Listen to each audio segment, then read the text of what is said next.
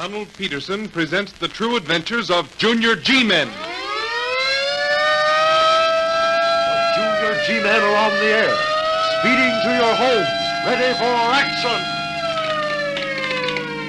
Stand by. All Junior G-Men, stand by. Stand by for the thrilling details of The Secret of the Locked Room.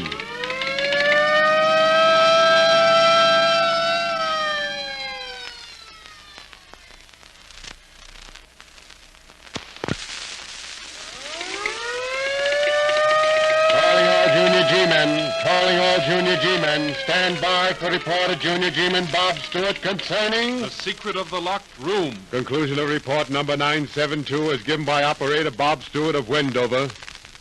Well, my dad's a lawyer.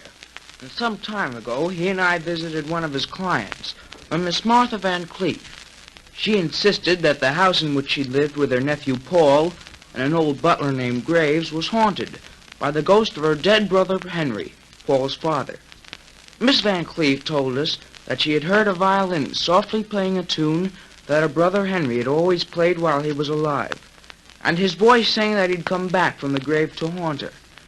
Dad and I decided to spend the night there, and we hit on the idea of changing places with Miss Van Cleef to find out whether or not the voice would follow her.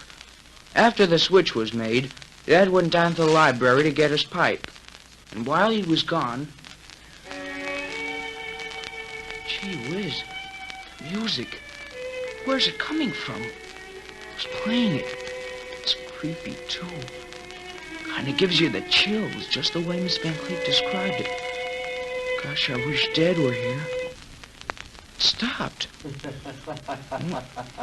Gee whiz, that laugh. I'm scared. We meet again, dear sister. We meet again. Holy cats, that voice. It's talking to Miss Van Cleef, and she's not here. She's not here. I think you've lost your mind, dear sister. Amusing, isn't it? Very amusing. Then she wasn't imagining things. She hasn't lost her mind. You're beginning to doubt yourself, are you not, dear sister? You're beginning to doubt yourself. She isn't crazy. She really heard a voice. You think it's strange, do you not? That no one else has never heard my voice. That to you alone has that privilege been given. The voice of a ghost. But gosh, it can't be. It just well, can't. Rest assured, dear sister, no one else shall ever hear my voice. Only you. Only you. It seems to be coming from over there. Farewell, dear sister, until we meet again. Until we meet again. It's all a trick. That's what it is. Deliberate trick to drive Miss Van Cleef crazy. Who's behind it? Who's behind it? Well, a couple of minutes later, Dad came back to the room. And after I told him what had happened... You believe that someone is deliberately trying to drive Miss Van Cleef crazy? But who? Miss Van Cleef hasn't another relative in the world but her nephew Paul. Paul? If she were proven insane, incompetent, he'd be given absolute control over the entire estate. Oh, but it's too ridiculous. It can't be. How about the Graves, the butler? Oh, but you told me that it didn't sound like Graves' voice. In fact, you said you didn't recognize it at all. That means there must be someone else in this house. Someone we haven't seen. Yes, but suppose that voice doesn't belong to anyone in this house.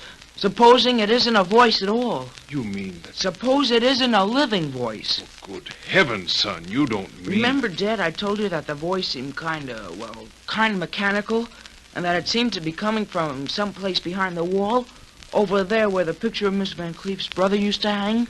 That's just it. There's probably someone in the next room. There can't be, Dad. There couldn't have been. If there had been someone in that room, he'd have overheard us talking. He would have known about the switch.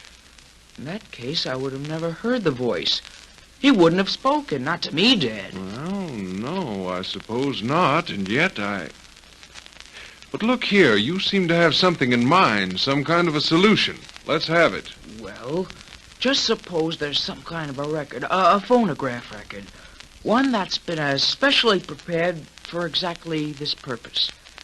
And there'd be more than one dead. There'd be several. One for each time the voice was heard by Miss Van Cleef. Yes, that's true, of course. There'd have to be a phonograph, too, and someone to operate it. You haven't forgotten that, have you? No, Dad, I haven't. Now, if I'm right about these records, there's probably a phonograph set up against the wall of the next room, and I wouldn't be surprised if it were located almost directly back of that spot where the picture used to hang. Now, that wouldn't surprise me either, Bob. And it would explain the picture's falling. The sound vibration would gradually loosen the nail or whatever held that picture up, and then finally... but that's beside the point. Go on, son. What about the operation of this phonograph? How do you explain that? Well, as long as we're figuring that there couldn't have been anyone in that room, we've got to take it for granted that the machine, if there is one, is operated by a switch, an electric switch. An electric switch that would start the machine, stop it automatically, and then move the arm back to its original position. Yeah.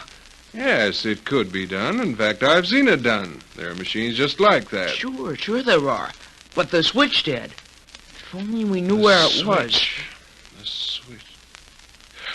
But of course, now I understand. What, Dad? What? When I went down to the library a while ago, I fumbled around in the dark trying to find the light switch. I found a little button, pushed it, but nothing happened. That is, the lights didn't go on. At the moment, I thought it might be a means of ringing for the butler, but when he didn't show up, I just forgot all about it. I'll bet it's the switch we're after, Dad. I'll just bet it is. And it points the finger right at Paul Van Cleef. He could have thrown that switch while we were talking to him in there in the library, just before his Aunt Martha screamed. Yes, I know, and yet it seems almost unbelievable. But look here. We've got to test this theory of ours just to make sure it's foolproof.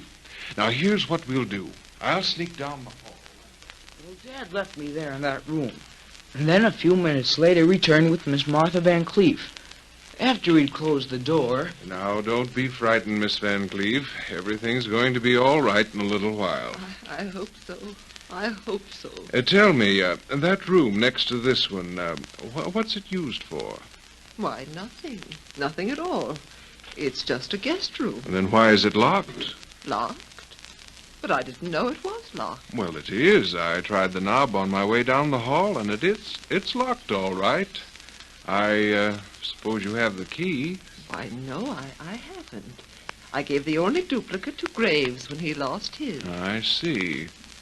I suppose Graves knew that yours was the only duplicate key to that room, didn't he? Yes, he did. He promised to have another made, though, and, well, I suppose it must have slipped his mind. Yes. Yes, I suppose it must have. Well, at any rate, Graves has the only key to that room in existence. Is that right? Yes, it is. Gee whiz, Dad. Then Graves must be the one... Quiet, son, quiet. What's the matter, Mr. Stewart? What's the matter? Nothing, Miss Van Cleef. Nothing at all. We've merely been trying to solve this mystery, and I think we've succeeded. Now, I want you to stay here in this room with Bob. I have an idea you're going to hear that voice again. Henry's voice? Well, a voice that sounds like Henry's. Now, you mustn't be frightened either, because there's no longer any reason for you to be. I don't understand. Won't you explain? When I come back, after we've found out whether or not our little experiment was successful... Well, Dad left us and went to the library, pushed the little button. But wait a second. Here's what happened upstairs. Miss Van Cleef and I were just sitting there waiting for something to happen. And then, all of a sudden...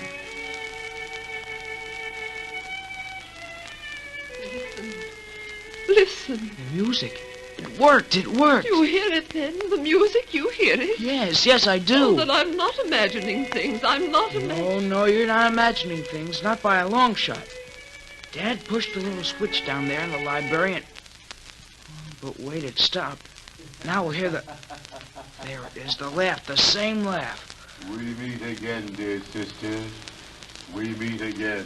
Those words. The very same words I heard earlier I this think evening. you've lost your Wonder. mind, dear The sister. record hasn't been changed. It hasn't been Amusing, changed. isn't it? Very amusing.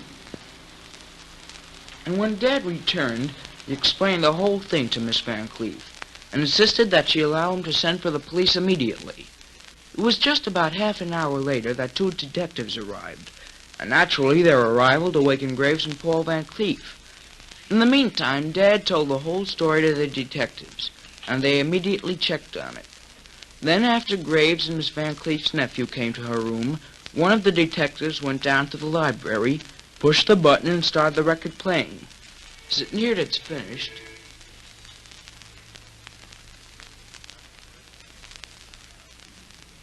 Interesting. Very interesting. Quiet, Graves, quiet. Now, Graves, now is the time to talk. Talk, sir? But what shall I say, sir? Well, suppose you use your own judgment. Very good, sir. I should like to say, sir, that this has been most entertaining. And that's all? That's quite all, sir. I see. And you, Van Cleef, is there anything you'd like to say? You seem to have discovered something. Yeah, that's right. And with a little time, we can discover a great deal more. However, you can save us that time, Van Cleef. You can confess. So, you want me I to... beg pardon, sir. But if I were you, sir, I wouldn't say anything that I'd have cause to regret at a later time. Oh, you wouldn't? No, sir. Well, Graves, you're going to do a little regretting on your own. Because I'm going to tell everything I know. And as you know, I know plenty. If you'll forgive me, sir, it's my opinion that you're a bit of an idiot, sir. You know, Graves, I believe you're right. I am an idiot. And I proved it when I fell for that line you handed me. I, sir? A line, sir? Yes, a line.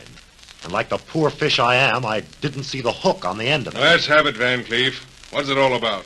Well, to begin with, ever since I came to stay with Aunt Martha, Graves has been nagging me, always telling me that my father was cheated out of his rightful inheritance and that I, as his son, should control at least half of this estate. The more I listened to him, the more insistent he became, and he finally outlined this plan. This plan to drive your aunt insane? Yes. Well, Paul, how could you? I planned to leave everything to you. I know, Aunt Martha, I know, but I couldn't wait that long. Graves wouldn't let me. Well, we went ahead. Had those records made by an actor who didn't know what they were to be used for. He thought it was some kind of a joke. Well, it was a joke, and the laugh's on me. Definitely, sir. Definitely. Go on, Van Cleef. You had these records made, and then... Well, we rigged up the phonograph and that switch down there in the library. It looked like a perfect setup. And at the time, I couldn't see how we could possibly fail in any way because... And in order to punish Graves, who was really the more guilty of the two, Miss Van Cleef was forced to prosecute her nephew. However, he got off with a fairly light sentence. And although he'll be out of the prison in a few weeks, he'll never be really free, because he'll always have a guilty conscience.